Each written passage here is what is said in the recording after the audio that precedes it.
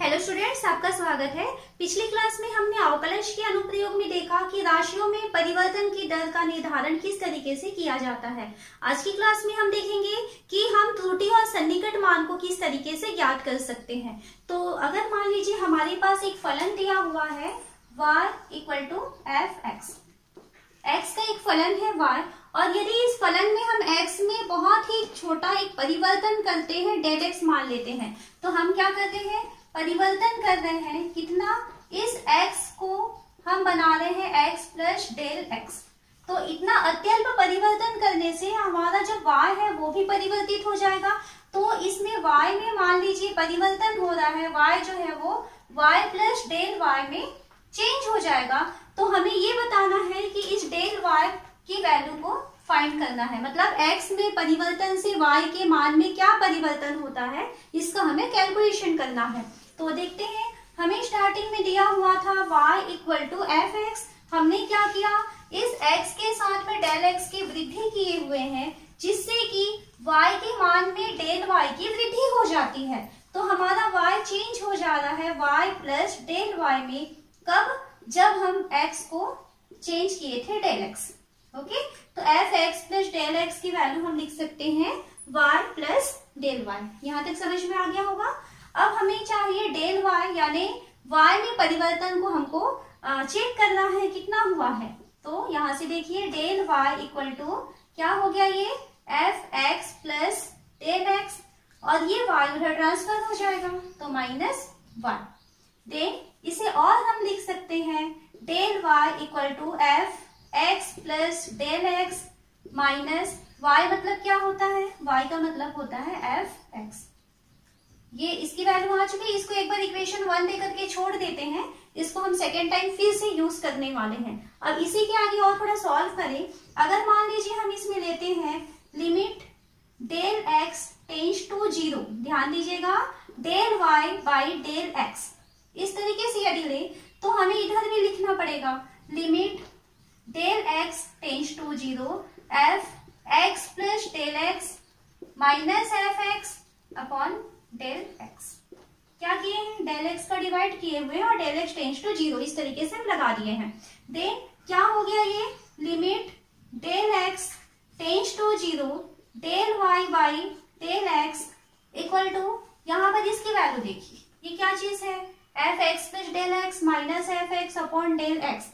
तो हम जब अवकलन की डेफिनेशन पढ़े हुए थे तो हम क्या लिखते थे, जो यहाँ पे आपको डेल एक्स दिखाई दे रहा है ना, तो जो अवकलन की जब हम डेफिनेशन पढ़े थे तो ये हमको एच दिखाई देता था, लिमिट एच टेंस टू 0 ऐसा लिखते थे, F x plus H minus f x upon H, याद होगा आपको।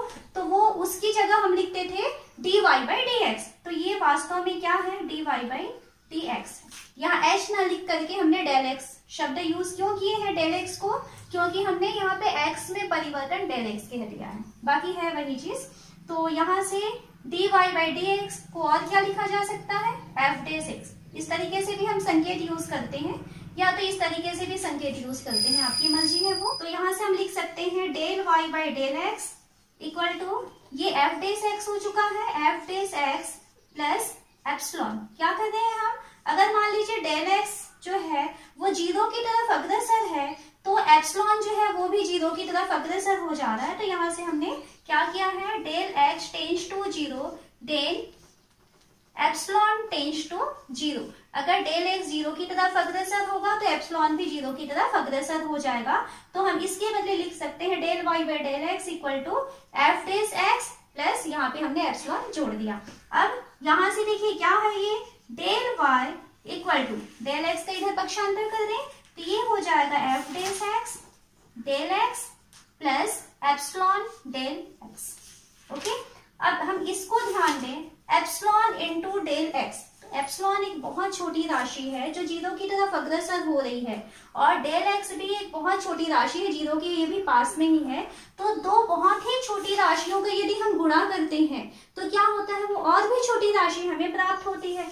तो इस कारण से हम इसे क्या कह सकते हैं कि ये नगण्य है, और नगण्य है तो यदि हम इसको यहाँ छोड़ दें तो कोई फर्क नहीं पड़ेगा।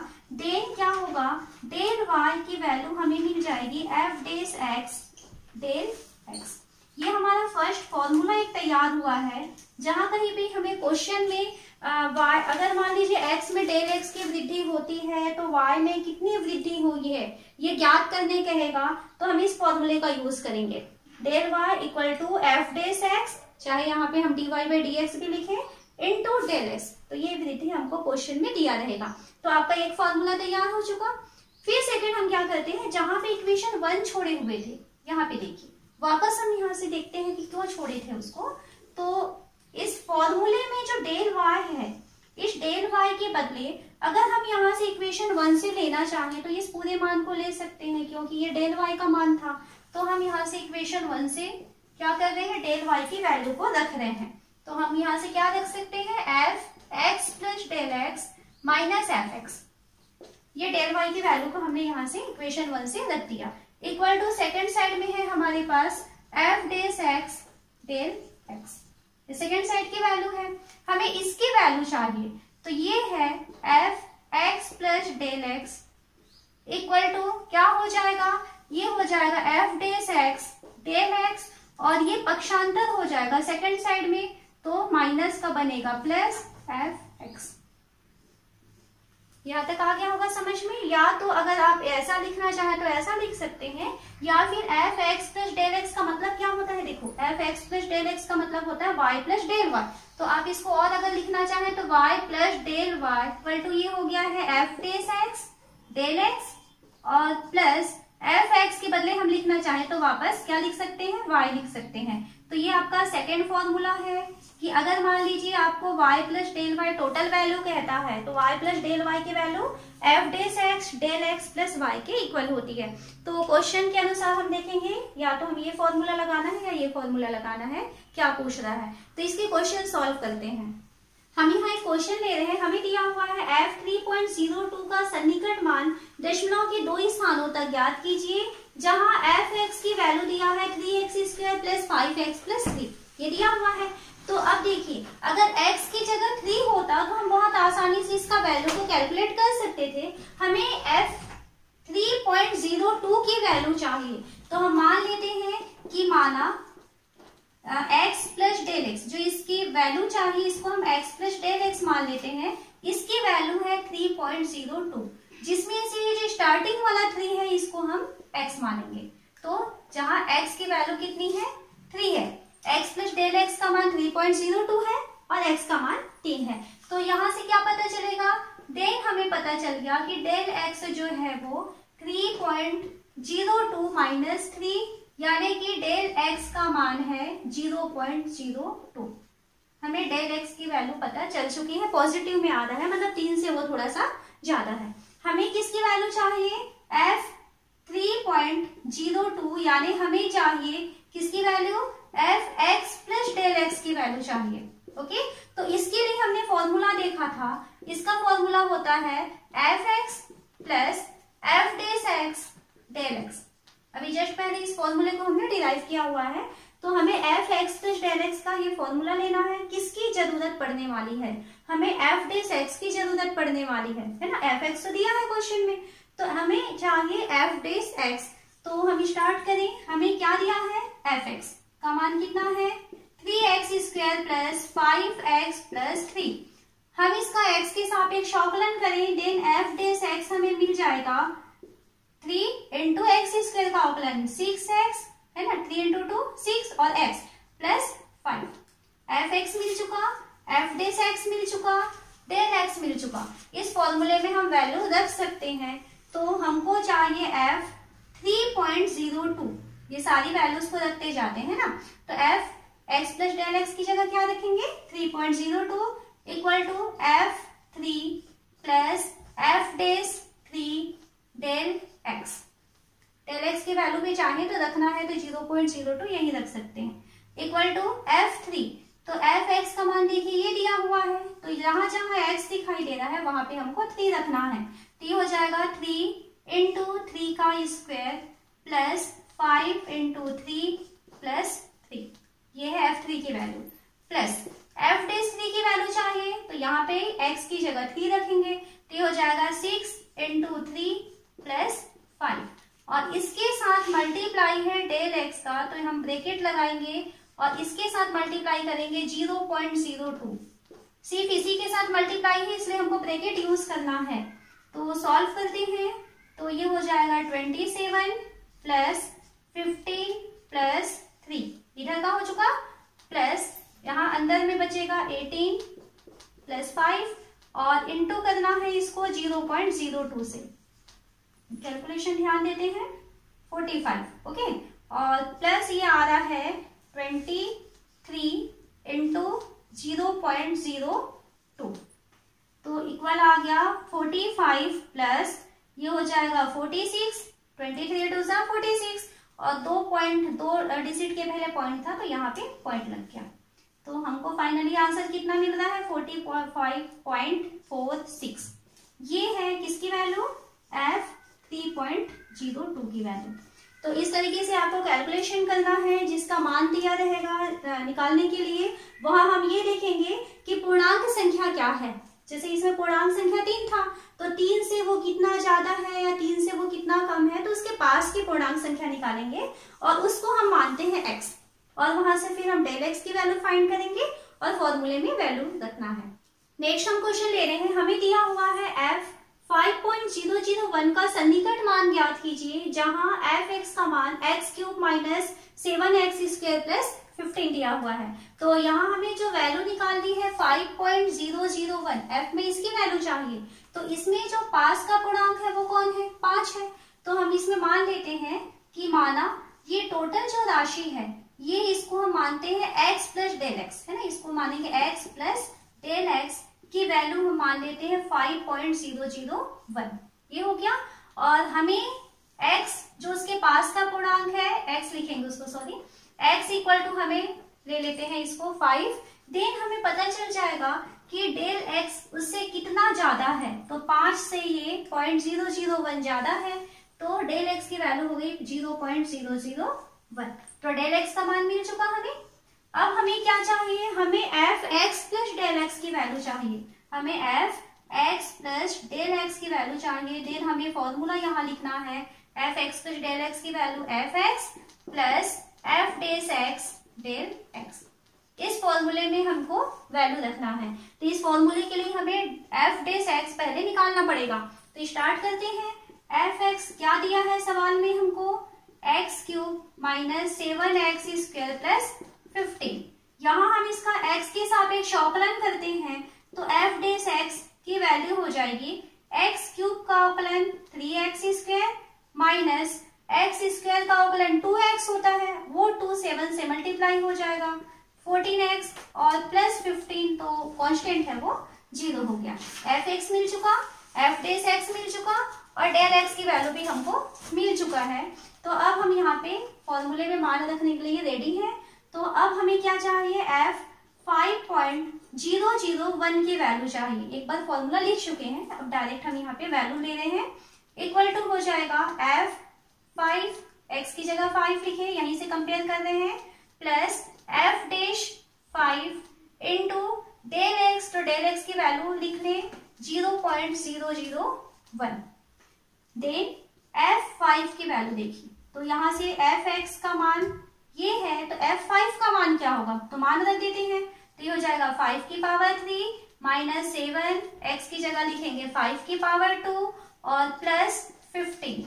यहाँ से x की जगह हमने 5 लिया और f5 की वैल्यू निकाले, प्लस f डैश 5, तो f डैश 5 देखिए, f डैश x की वैल्यू ये है, तो जहां जहां x है वहां 5 रखते हैं, तो 3 इंटू 5 का स्क्वायर माइनस 14 इंटू 5, और इसका मल्टीप्लाई करना है 0.001 से, तो ब्रैकेट लगाएंगे और 0.001 से इसका मल्टीप्लिकेशन करना है।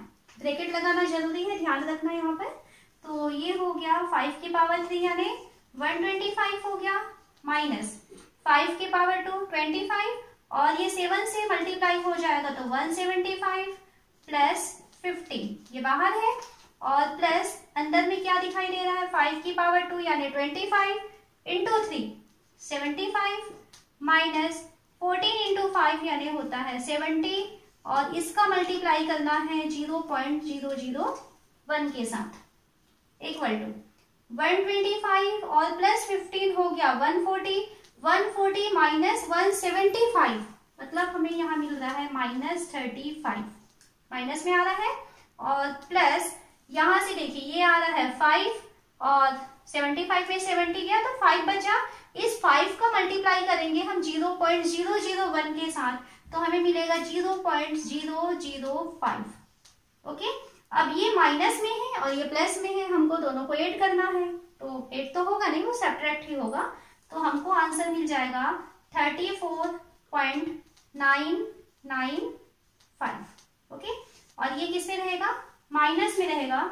तो f 5.001 की वैल्यू -34.995। तो इस तरीके से हम यहाँ पे वैल्यू को निकाल सकते हैं। अभी जाती है जिसमें 0.03 सेंटीमीटर की त्रुटि है, इसके आयतन के परिकलन में सन्निकट त्रुटि क्या होगी ज्ञात करना है। तो यहाँ पे त्रिज्या हमें कहता है 9 सेंटीमीटर है, तो हम मान लेते हैं कि माना त्रिज्या को हम r से शो करें तो r की वैल्यू हमें दिया हुआ है 9 सेंटीमीटर। इसमें त्रुटि किया गया है 0.03 सेंटीमीटर, यानी डेल r का मान हमें दिया है 0.03 सेंटीमीटर। ये डेल r की वैल्यू हो गया है। हमें क्या कहता है, इसके आयतन के परिकलन में सन्निकट त्रुटि ज्ञात कीजिए। तो अगर हम इसके आयतन को v कहेंगे तो हमको आयतन में जो त्रुटि होगी यानी डेल v की वैल्यू को फाइंड करनी है। तो हम यहाँ पर ले लेते हैं, माना आयतन को हम v से शो करें तो माना आयतन जो है वो v है, तो v के लिए फॉर्मूला, क्योंकि गोले का आयतन है वो, तो गोले का फॉर्मूला जानते हैं 4/3 पाई r क्यूब, ये फॉर्मूला होता है। यहाँ पे पिछले क्वेश्चन और इस क्वेश्चन में कोई अंतर नहीं है, सिर्फ x और y की वैल्यू, पहले हम x लेते थे और यहाँ पर x की जगह हमको r दिखाई दे रहा है, और ये y लेते थे, y की जगह v दिखाई दे रहा है। बाकी फॉर्मूला वही है, जहां जहां x लिया जा रहा था वहां वहां हमें r लिखना है। तो अभी हमें क्या चाहिए, f डैश x निकालते थे ना, यानी अवकलन करते थे। तो अभी हम क्या निकालेंगे, इसमें dv/dr की वैल्यू निकालेंगे, क्योंकि ये r का फलन है तो इसको r के सापेक्ष अवकलन करते हैं। तो 4/3 into pi into r cube है तो ये हो जाएगा 3r²। ओके, अवकलन किए हैं, 3 से 3 कैंसिल, तो dv/dr की वैल्यू हमें मिलेगा 4πr²। ये मिल चुका। हमें क्या चाहिए, डेल v की वैल्यू चाहिए। तो डेल v इक्वल टू होता है dv/dr इंटू डेल r। जब हम वहां पे लेते थे डेल y, तो डेल y इक्वल टू क्या लेते थे, del y equal to f dash x into del x, है ना। तो f डैश x यानी यहाँ पर dv/dr हो जाएगा, एक बार अवकलन किए हुए हैं, तो इक्वल टू हो जाएगा dv/dr कितना है 4πr² इंटू डेल r। अब जो जो वैल्यू है वो हम रख देते हैं, तो इक्वल टू हो जाएगा 4πr की वैल्यू कितनी है, तो r की वैल्यू देखिए क्या दिया हुआ था 9, तो 9 का स्क्वायर इंटू डेल r की वैल्यू, तो डेल r की वैल्यू है 0.03।